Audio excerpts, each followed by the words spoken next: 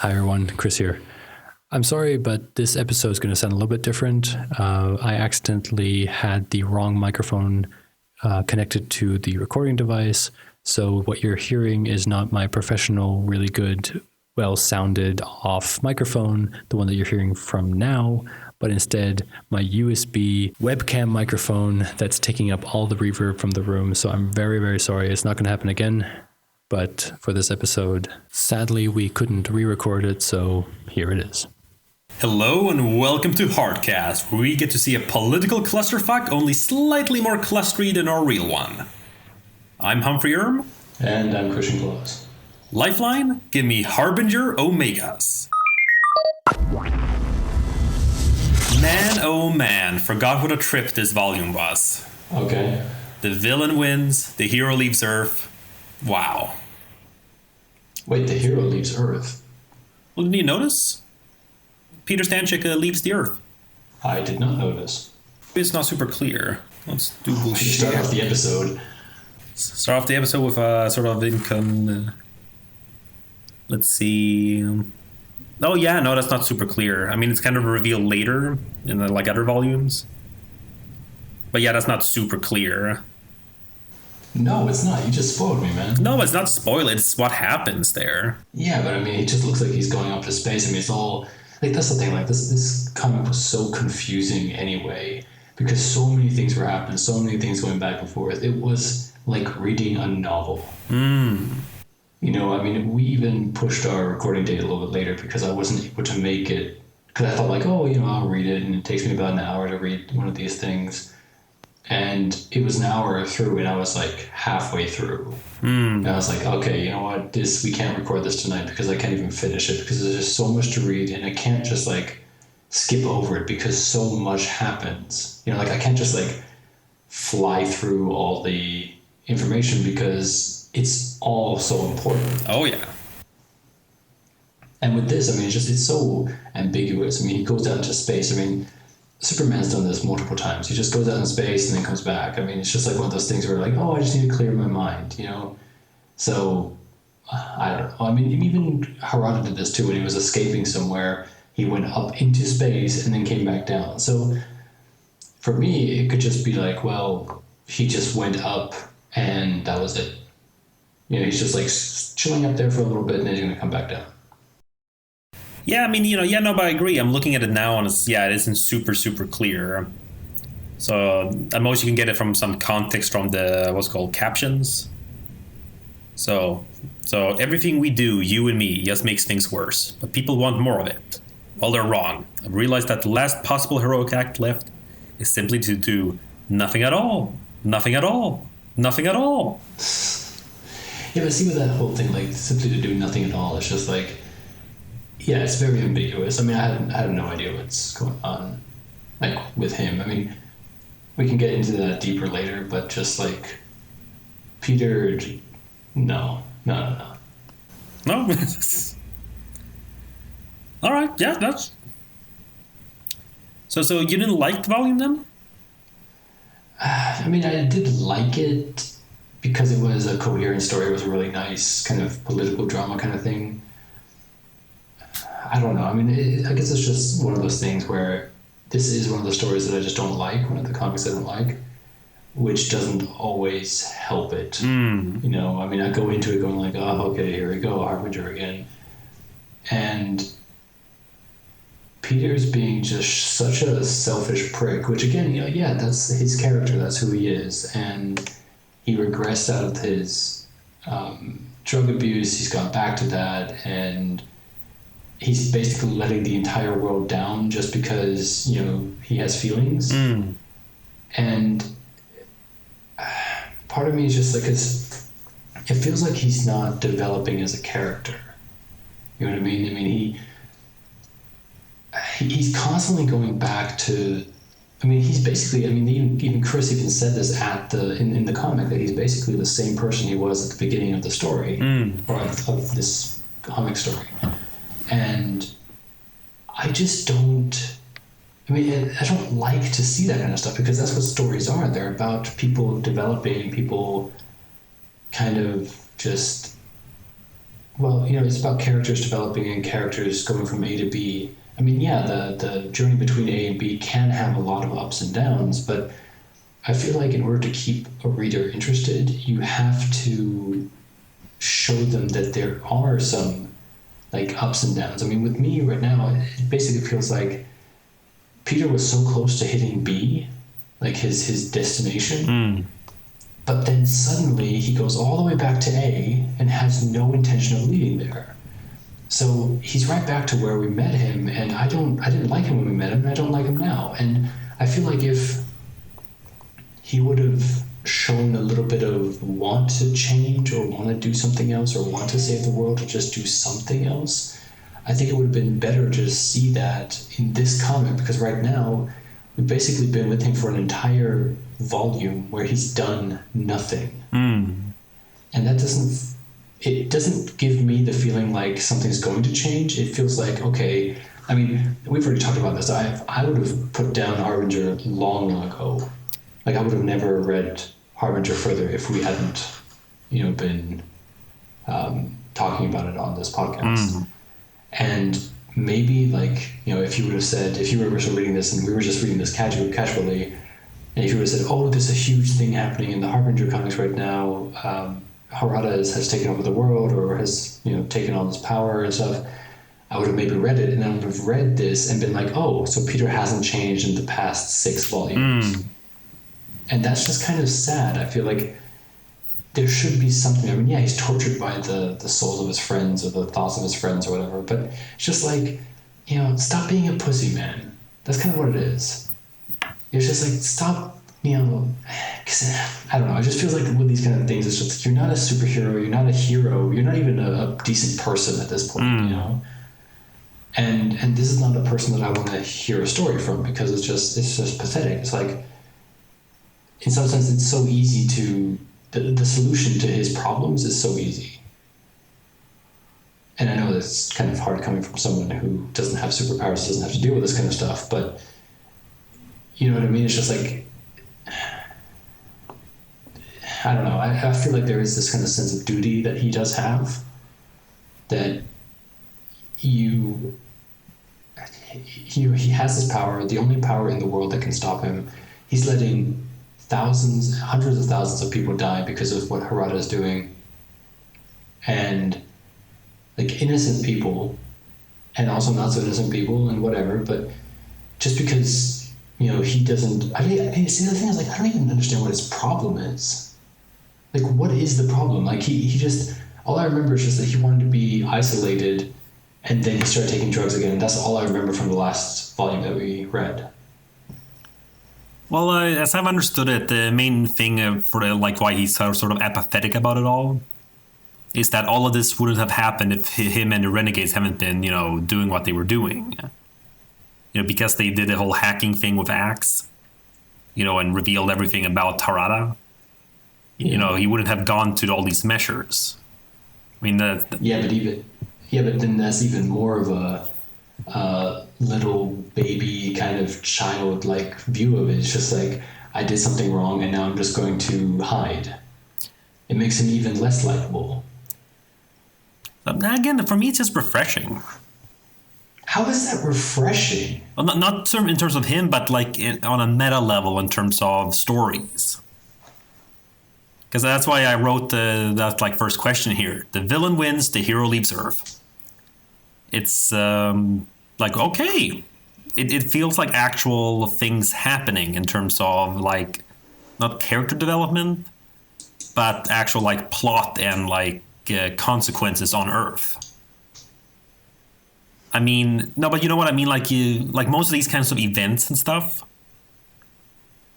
you'll have it's kind of what's a good example?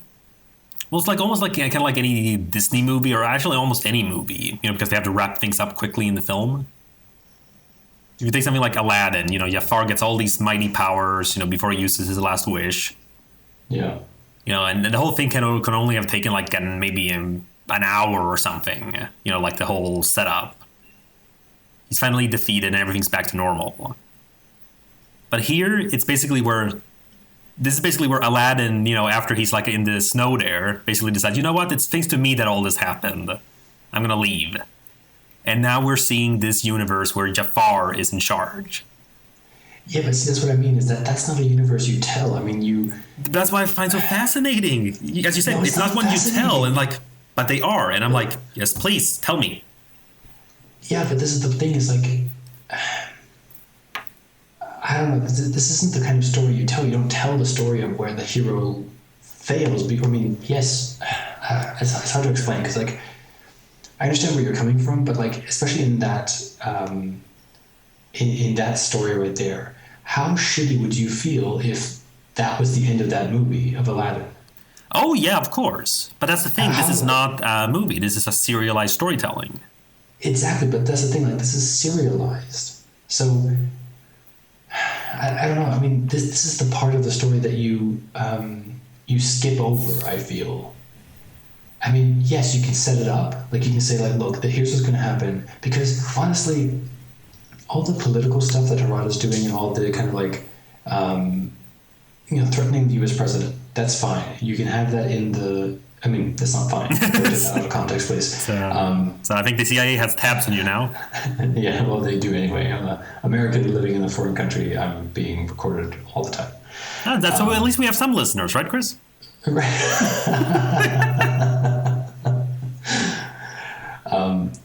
So there's this whole thing where... no, I lost my train of thought. No, so there's a lot of things in there, like the whole thing with the health organization and all these places, all the business deals that he's doing on the side, which again, I think is just such a crazy juxtaposition of him, like, threatening the U.S. president and then going all the way back to his little ship there, and then having to talk about, like, okay, here's the hospitals I want to build. And then everyone's like, well, no one wants to do business with you because you're evil. It's like, oh, I don't give a shit. And it's just like, look, yes, this is kind of interesting, but this is the point where Samurai Jack gets thrown out into the future. We see the effects of what happens. Like, because honestly, no one, I mean, the worst thing about a teenager is the way that they're constantly complaining about everything, and how everything is shitty and their lives are crap and everything is shit. I mean, I was like probably one of the biggest people who did that as a teenager, right? No. But then it's... Believe me, Facebook has reminded me almost every day for a year of what kind of a piece of shit teenager I was. But the thing is, you grow out of it, and I feel like Peter Centric is still in that teenage phase where he's just constantly complaining about everything, and when something is his fault, instead of like actually becoming proactive and doing something, he just hides in his little hidey hole. And that's not what you want to see, because he's a hero. He's supposed to be the hero of this journey, and I'm not saying necessarily he is a good, like, I'm not saying hero isn't a good person, but he's the protagonist of the story.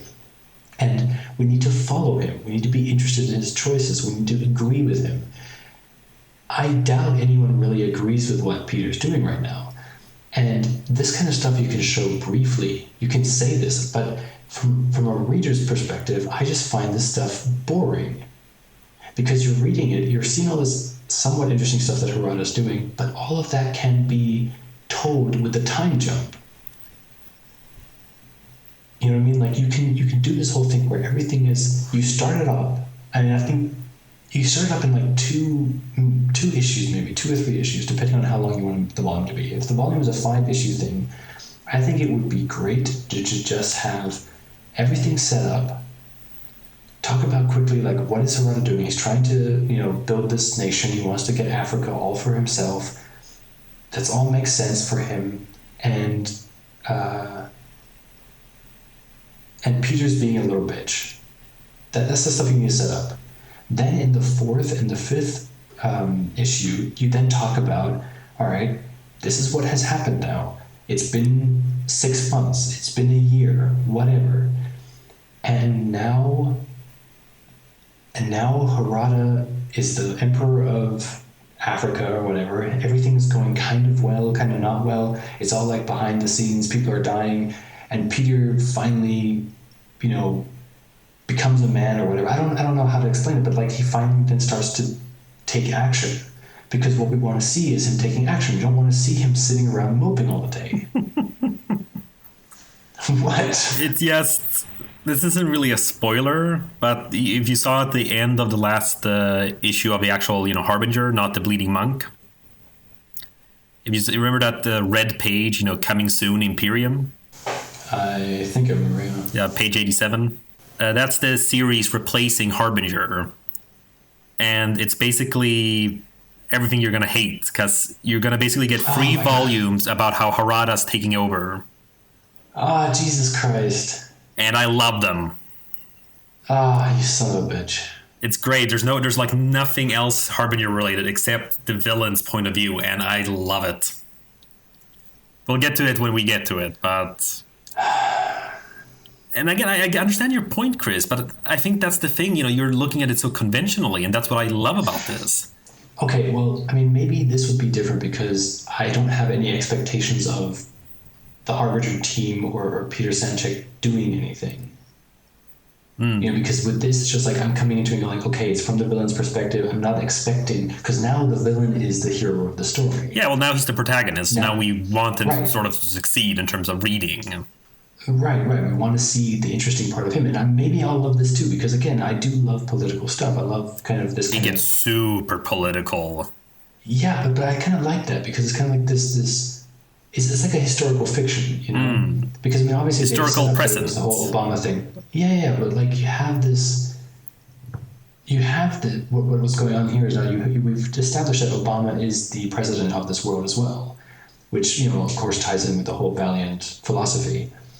But with this, I just feel like this could be interesting again because we're talking about, yes, Harada is now the protagonist of the story. We want to see him succeed in his thing, and that's fine. I can take the villain's point of view. That's great. But my problem with the Harbinger series, at least this one, or this volume right here, is that the protagonist is not doing a goddamn thing. Yeah, and I just find that refreshing. Well, you're an idiot then, aren't you? No, but it's like, I just sort of binged the first season of My Hero Academia. So, warm recommendations to all my readers. Super awesome. But that one is so super conventional in terms of, who heroes are, who villains are. Yeah. And in terms of how we, solve our problems. So the fact of just having this here, having it just be like, no, I'm leaving. All right, well, he's taken over. Let's go on from here. It's like the thing I told you about the Man in the High Castle. Yeah. You know how I don't like it when it's just like let's now fix everything. Let's fix everything to the status quo that we know. But rather like, the world continues. You mean like, yeah. Well, that's the thing. I mean, history is filled with status quos that have been broken. Imagine if we were to get like some kind of, I don't know. Well, actually, if you take like Arik, for example. He wanted to get things back to the way it was for him. Is that not his right in that sense? That's how things were at one point, right? Yeah. Isn't he right in that sense? Should he not fight to have things the way things were? Because we're the ones who changed it. And that's what I like about this. It's like a hard consequence. And also a smart one, which I honestly not sure if there is like a hidden, like, well, not hidden, but if there is a statement behind it. But I think it's a very, like, from a writer's point of view, for Joshua Dessart. So it's a very smart placement to have Harada take over, like, Somalia. So, okay. Well, yes, for like storytelling for the future for all of Valiant. It's out of the way. True. And I think there could be a statement regarding that in terms of we've got this dictator who just suddenly taken over Somalia and probably going to take over more. And well, we're doing something about it, but it's all the way over there. It's America safe, Europe safe, China safe. Yeah. So I'm not sure if that was like a statement about it or not, or whether Harada himself was thinking of it in that sense too. Because I'm sure he took over the East Coast or something of, the United States. Ignoring strategic reasons, So I'm sure there would have been a lot stronger reaction immediately. Oh, yeah, definitely.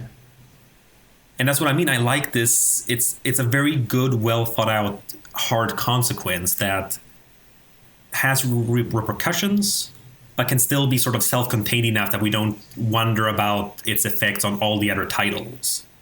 Yeah, well, I'm not saying anything against that. I agree with that. My point is just that from a perspective of a reader of a Harbinger book, the Harbingers don't do anything in this book. Well, technically they do. Remember, Harbinger is Haradas. They're the renegades. Yeah, okay. Yeah, true. Yeah, but I know what you mean, it's just yeah. like, yeah, they're just... Because again, I enjoy that too, and I also say it's refreshing to see that, you know, in some sense the villain wins, but obviously, as you said before, this is a serialized comic, which means, you know, we're just basically at the midpoint of the story, so the villain will not win in the end. He has the small victory that will then be overcome by the heroes at the end, which, you know, so it's not technically his victory. But what I'm just saying is that, yes, it's refreshing to see all this stuff. You're making good points. I like the... I also like, just the same as you said, it does feel new and nice to see, like, especially also... let's start that again. Again, yeah, I do like your points, and it makes sense, and you know what, just skip it right. Let's go to the next point. All right. But I just wanted to bring up like, other comparison then. Because as I mentioned, you know, like with the Aladdin thing, if we go back to actual, like, if we take, like, the counterpart that Harbinger is towards the other companies in terms of, you know, X-Men, it's basically a scenario where Magneto has now, like, won in a sense. And, like, Professor X, I guess. I mean, they don't quite have the same equivalents.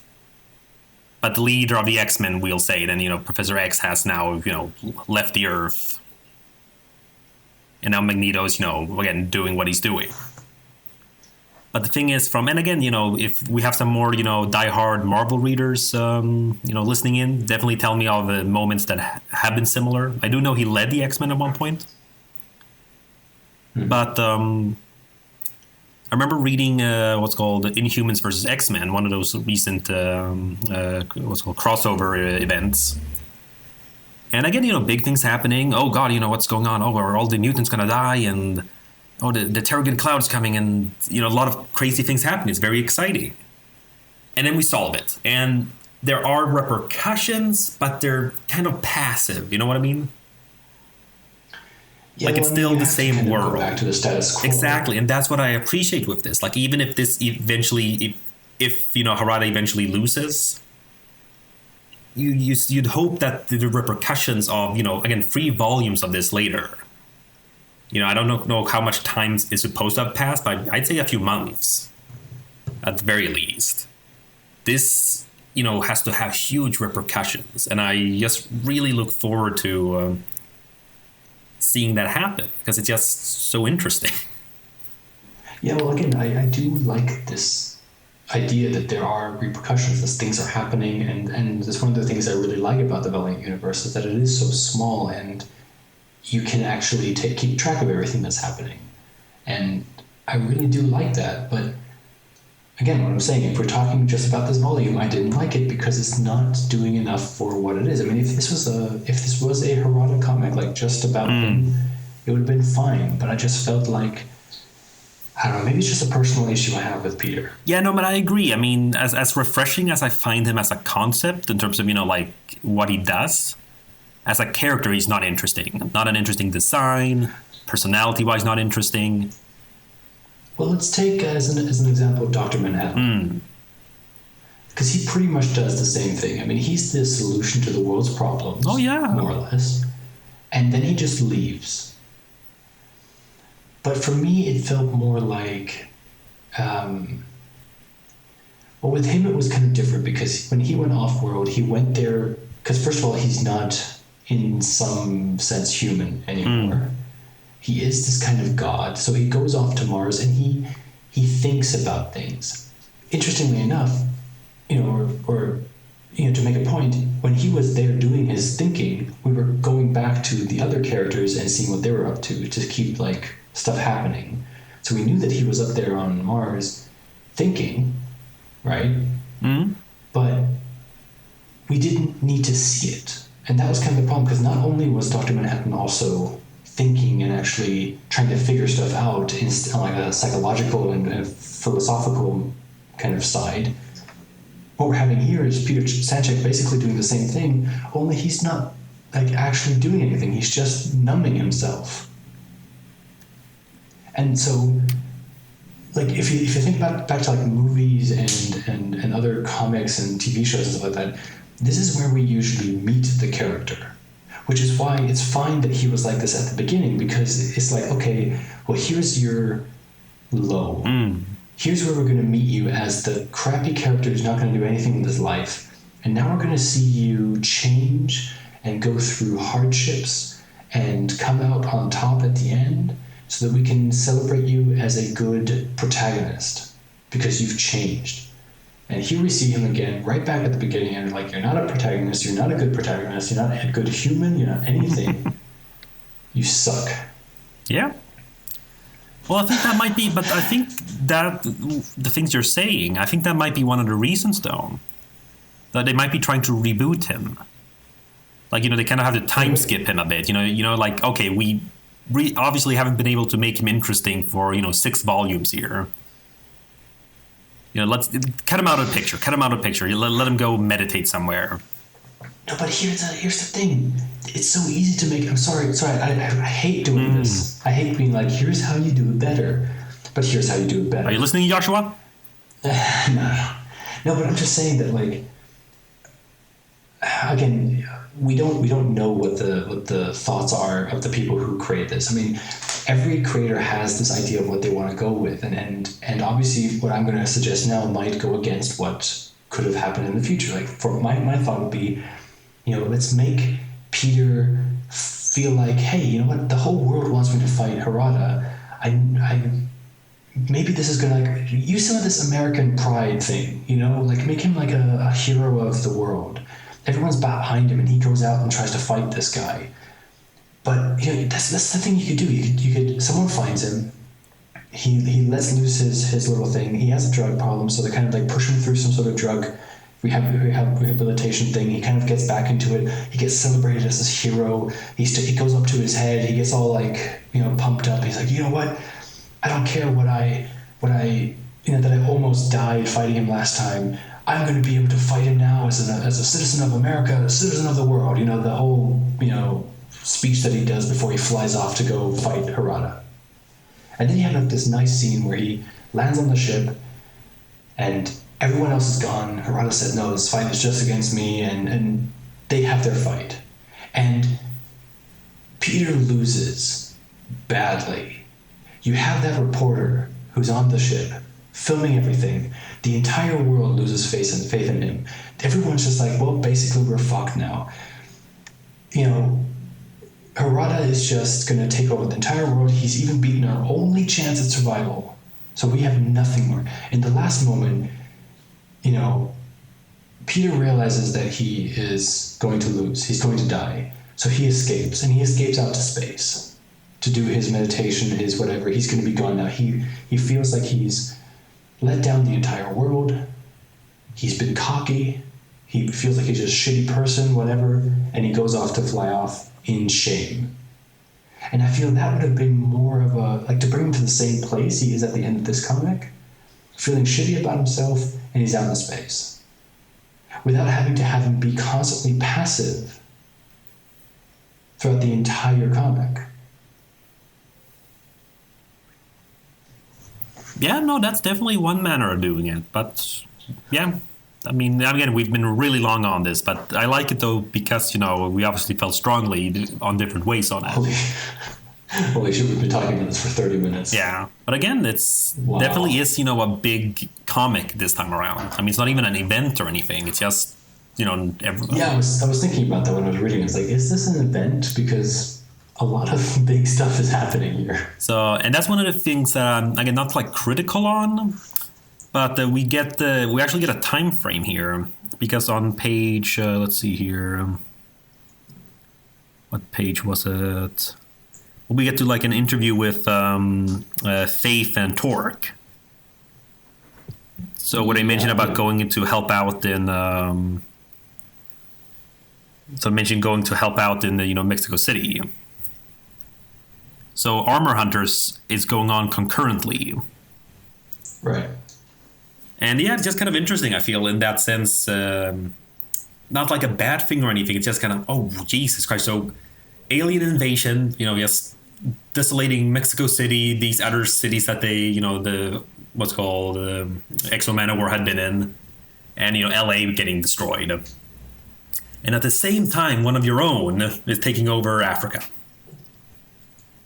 It's like a lot of things happening this week on planet Earth.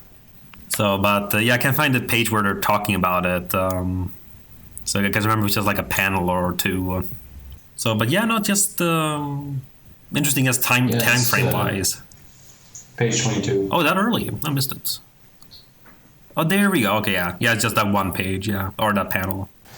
Yeah, well, it's interesting because they didn't show any time stuff in this, but I don't know. I felt like it was because again, like you said, it's in Somalia, so we don't really know. It's not connected to the rest of the world in that sense. Like it's not in the forefront of all the information.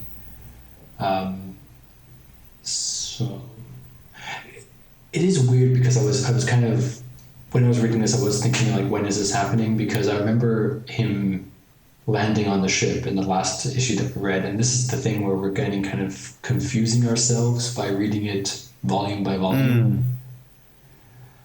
Because with these volumes, we're just kind of like, I feel like these comics are coming out concurrently, or like the volumes are coming out at the same time.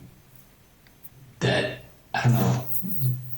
It just feels like because we're kind of missing something. Like something happens in Harbinger, and then we read like 6 other comics, and then we come back to Harbinger, and we're like, oh right, yeah, that started back then. Yeah, no, exactly. That is where it gets tricky, but I still feel this is the better way of reading them in that sense. Yeah, and I think we are in a unique situation where we then maybe... And I started thinking about something. You know how I always kept on talking about, like, why don't they just add time, like, dates and stuff like that to it? And you were saying, because, I mean, when I saw Obama in this, I was like, oh, yeah, well, it was the whole thing that it does... That this all happens on, like outside right now, like what we're doing right now. So what if when the comics come out, that's the date they happen? I think that could very well be it. I remember hearing that's how the original Valiant series were supposed to be read as. Like it basically is what happens in that month, with few exceptions.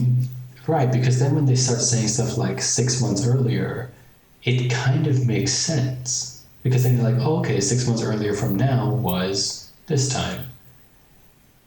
And if you just look 6 issues back, that's kind of like what the time it was. So maybe they've been wrongly criticizing Valiant. No, but it still gets confusing when you don't. I mean, because you gotta considering how they think about the trades as well. And they always make sure that the writers, write so that they have good material for one, trade paperback. Right. Yeah. You'd think that they'd be told to consider, for that. So. Oh well, it was just a thought that I had. Yeah. Well, either way. So, but let's see. I mean, we again, as per usual, we kind of went through other questions I had in the process. Well, we might as well talk about the Bleeding Monk issue 0 at the end. Since we're just maybe take a little break from the main story. So, what did you think about it? I liked it. I mean, it was a very nice, quick story about where the Bleeding Monk came from. We haven't seen him for quite a while, actually. Well, we saw him last volume. We saw him last volume, right? But the last volume was so long ago. Yeah, so. I know what you mean. Yeah. Yeah, but it's interesting. I'm not quite sure what his role is still. Like between the two of them, I mean, I kind of feel like he is somehow connected to them, and it's just an interesting kind of look at where he came from. Yeah, I'm a little bit. It's interesting. It doesn't hurt it too much, but I don't know. I always feel a bit whenever you have a mysterious character. It's almost the worst thing you can do is try to tell how they got there. Because, I don't know, again, it's not terrible. It's not I don't know what that terrible version of this would be. But it's just kind of like, oh, so it's some Greek philosopher? Like, I was 100% certain he was Asian. Right, and I was kind of thinking like, well, okay, seriously, so the biggest, best monk is a white dude. I mean, yeah. Again, that's kind of hard to kind of see race in comics. I mean, without the actual skin tones, but because white and Asian have such similar skin tones, it's kind of hard to differentiate them. And the bleeding monkey is so wrinkly that we can't tell. Right. Again, like I said, not like a terrible thing, but just kind of like, oh, really? And I'm just curious, like, what it adds in that sense. Like, the one thing it gives is kind of a bit more of this journey, in the sense that he travels to this place. So it kind of, I don't think that kind of is, it's kind of a nice element to have, because I'm always a bit little, not that I'm criticizing the Buddha. So, but, I just find that whole thing about sitting, under a tree and meditating by himself for 100 years, was it? Something like that, yeah. So, again, I'm not criticizing the Buddha, he's more of a man than I am. But it's what... Very, very bad Buddhist. But, yes, I just find it kind of like, I prefer the idea of more traveling and learning, rather than just sitting, in your own thoughts. So, that kind of part I like, that he's, actually trying to gain wisdom and, is traveling. Then again, of course, in the end, he still starts meditating. I don't know. I mean, it's just another story for me. And it's kind of neat how it ends exactly at the point where what's called Harbinger issue 1 starts. It was 7 days. It was only 7 days? Yeah, Well, I've always heard like 100 or so. Maybe it was the first time. I'm just kind of checking here. But no, it was only... All right. Well, pardon me in my ignorance. I think so. I mean, I'm just kind of reading through it here now quickly, and... Yeah, I think it's only 7 days. And then he reached enlightenment. All right. All right. Go Prince Siddhartha. Yeah. So, but yeah, no, it's just kind of cool how it ends just at the point where Harbinger issue 1 starts. So, as an issue 0, then it's like kind of like very literal. Right, I didn't even notice. Yeah, that's Harada coming in at the end there. Well, I knew that, but I didn't know that was the beginning. I can't remember that was the beginning of the volume 1 or the issue 1. So that's just kind of like a cool little thing. Let's see. I did want to bring up the art because Rafa Sandoval was called. He's a really good artist, I feel. Yeah, I mean, again, I can't really say much to this because I'm not an artist, so I can't even analyze art. But no, but you know about like layout, compositions, and even sometimes just like like the holy shit quotient. Yeah, like I mean, but it is good. I mean, it's not anything that I'm not gonna pick apart because it's just everything looks fine. Nothing jumped out at me where I was like, oh my god, this looks like shit. This looked completely off. It's just nothing looked bad. It all worked. Yeah, but and again, I seriously, I'm a little bit. This is just one of these like meta things, but I'm always a little bit annoyed with those sneak preview things that we're seeing because we've been seeing the one for the Return of Quantum, and I hate it because it looks so bad. Oh, dude, be nice. Why? It's what's called veteran working on it. MD Bright. Okay. Well, I mean, I don't necessarily like the art, but okay. Yeah, no. Of course, you feel how you feel, Chris. Yeah, but it's just like I always see that and I'm like, when we get to this, it's going to be another one of those things where I start talking about it. But no, but I like this art. I mean, it looks like a comic book, and it's a shame that I can say like, well, I don't really see the difference between a lot of the artists unless the artist is really bad. Yeah, no, but I know what you mean. You have a certain, because you mentioned that before, it's one of the reasons you're usually not super fond of reading like older comics. Like, again, I'm not trying to, put it as if you're, like, I only like modern things. But I think you tried reading Crisis on Infinite Earths, right? Yeah. I remember you were, I mean, maybe it was a combination of also not knowing all the characters because it's like so many obscure ones. It was also at the beginning of my return to comic books. I think because it was when we met and I started getting more interested in like all these nerdy stuff. Like you made me buy my first new Nintendo, and you showed me comics and movies, and you made me a nerd. And now that I'm here, it's all your fault. Yep, I ruined you. And I think you then gave me the Crisis on Infinite Earths to read.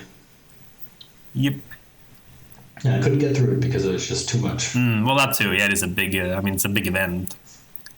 But one like that I really like, and it's again one of those things I, like I said, I know it always sounds bad when I say the whole I want to see the cinematic version of it.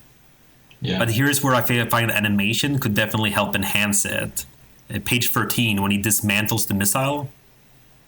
Oh yeah, I was thinking about that too. It's like the great thing is there's actually a plugin for Cinema 4D that can actually do that. Oh yeah. So you don't even have to do it yourself. I was thinking like, oh man, that'd be so easy and so cool to make. So nice. But yeah, just seeing that happen from start to finish. Because again, it's a beautiful panel. And it's super understandable. And I'm honestly curious how accurate it is. I don't know how missiles are constructed. But they feel it doesn't look random. It doesn't feel like it's just a bunch of pieces.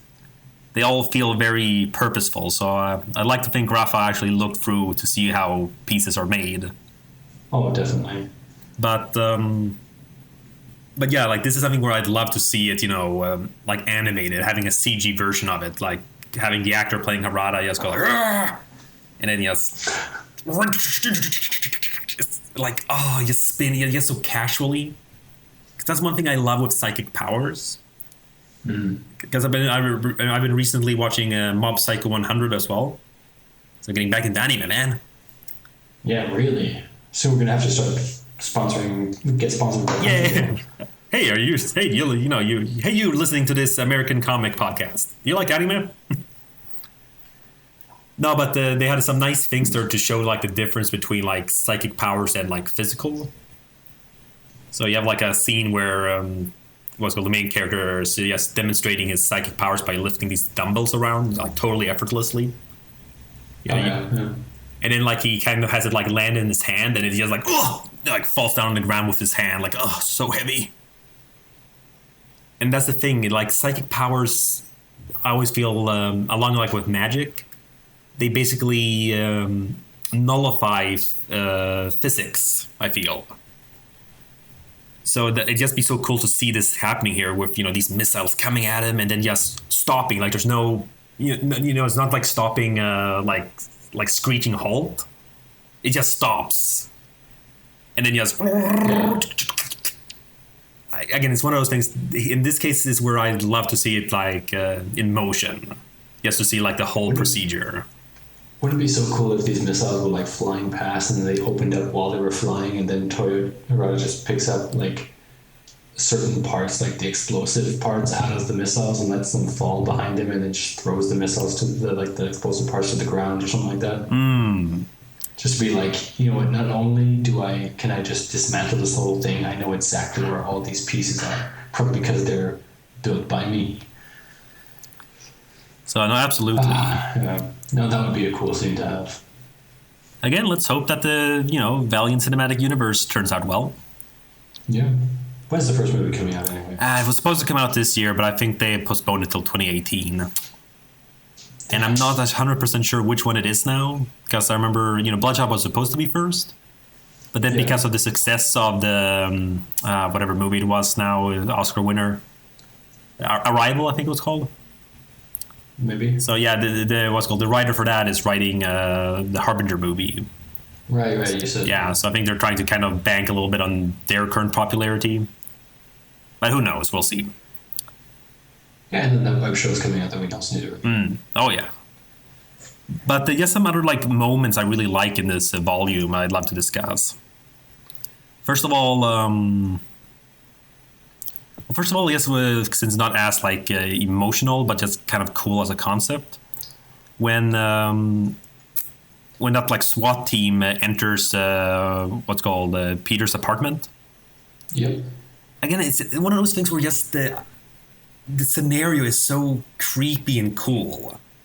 I mean, a little part of me was thinking of Life of Brian. You know, when the Romans enter the room where the the rebels are hiding, and then you see that they hide very badly, and they're just marching in, and then they come out. We didn't find anyone, sir. Remember? No. Ah, well. For those who remember, it's a funny scene. But it's so cool to see these guys, just breaking open the door and sweep the room, and he's just sitting there, just watching TV and listening to music. It's like it's a false alarm, like. But the fact that they're also smart enough to check out the electric optics, Right. and that's like such a cool thing, like they know that the psychic powers affect the human mind, but it can't affect like the electronic devices.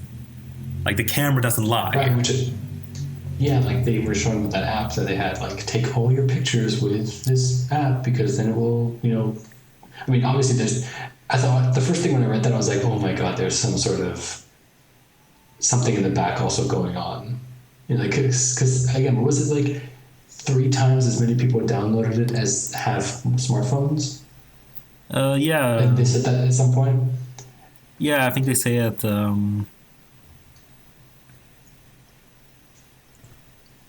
Where is it? Yeah, it's been downloaded more than a third of all cell users. Oh, a third. Sorry, I thought 3 times. But yeah, so I just think it's so great that like everyone has this thing and they're using this one app to take all of the photos. I mean, think about the company that made that. I mean, it's probably like, yeah, it was the government, but probably Project Rising Spirit. Now access. Yeah, true. Yeah, and they have information to every single picture that everyone took during that time. Like, think about that just like as an extra thing. Like, holy crap! Like, think about the data that they have. It's kind of scary. Oh yeah. But I mean, the idea is, you can take pictures of you and you find Peter. I think that's a really smart thing to do. Yeah, but again, it feels logical. It's the kind of thing that works in today's society due to the prevalence of smartphones. Definitely. Though there is, and since you had your little thing about how to write the story, it had this one little thing I felt would have just made the point clearer. All right, go for it. On page 48, in the second panel. I mean, obviously, I understand, like we as the audience get to see Peter. Yeah. But I kind of thought it would have been kind of cool if they didn't have him in the actual world in that panel, right? And only seen him in the phone, to illustrate the idea that we're now seeing it from the perspective of the guy holding up his phone. So like, oh yeah, there he is. Like wow, I can't see him. It's like augmented reality. Right. So I get like it's not a big deal at all, but it's just something I thought of when I saw it. Throw a Pokeball. Throw a Pokeball. So, oh my God, this is where they got the idea. No, of course not.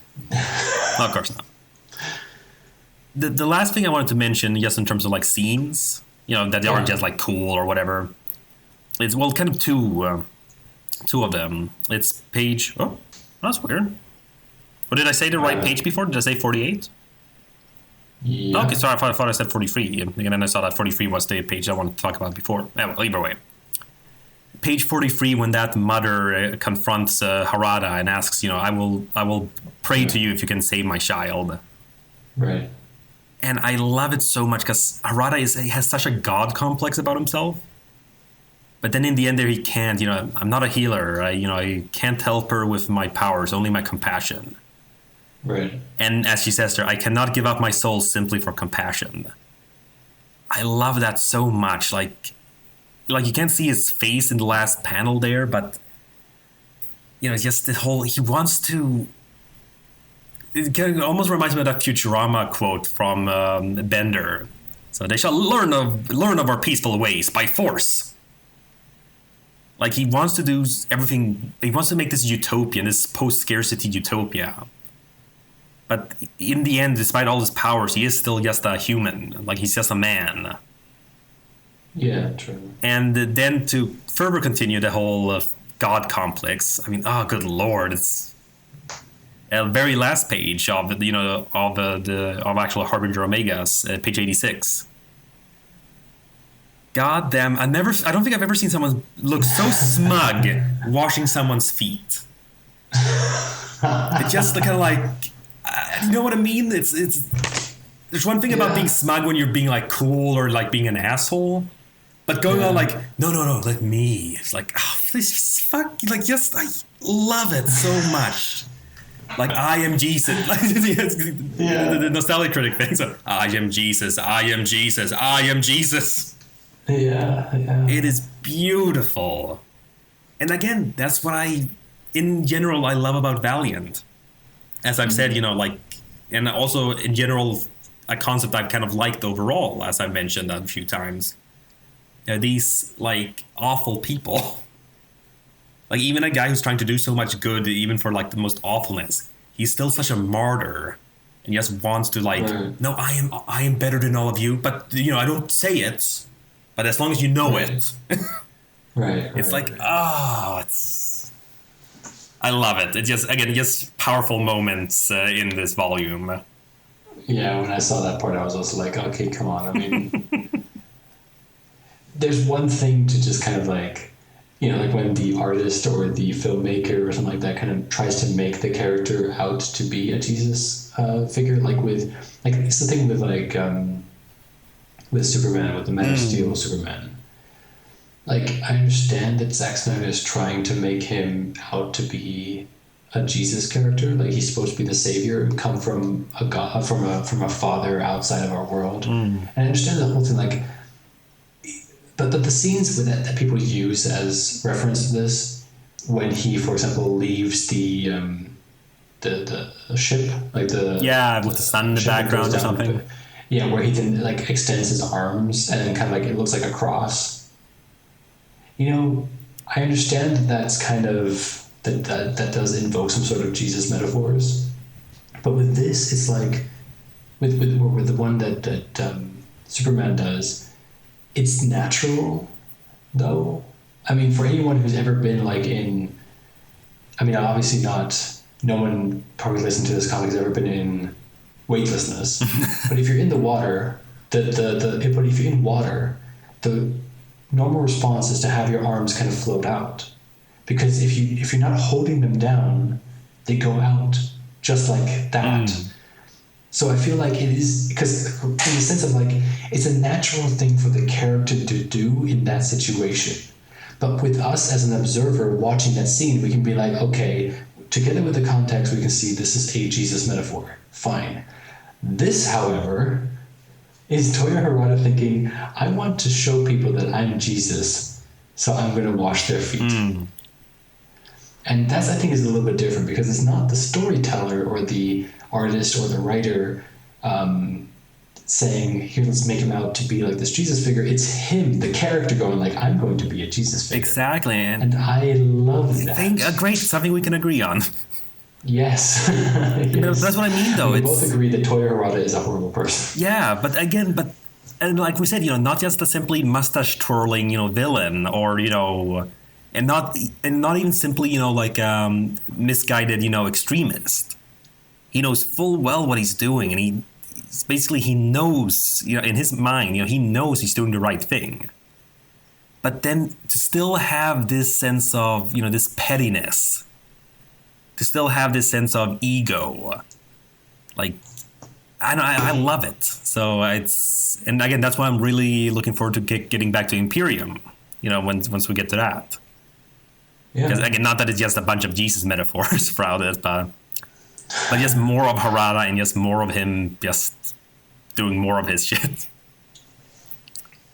Again, I gotta say, I mean, as much as I love, what's called pretty much all of Valiant universe, I find Harada to be, amongst like Eternal Warrior and all that stuff too, but I find Harada to be the most interesting character in the universe.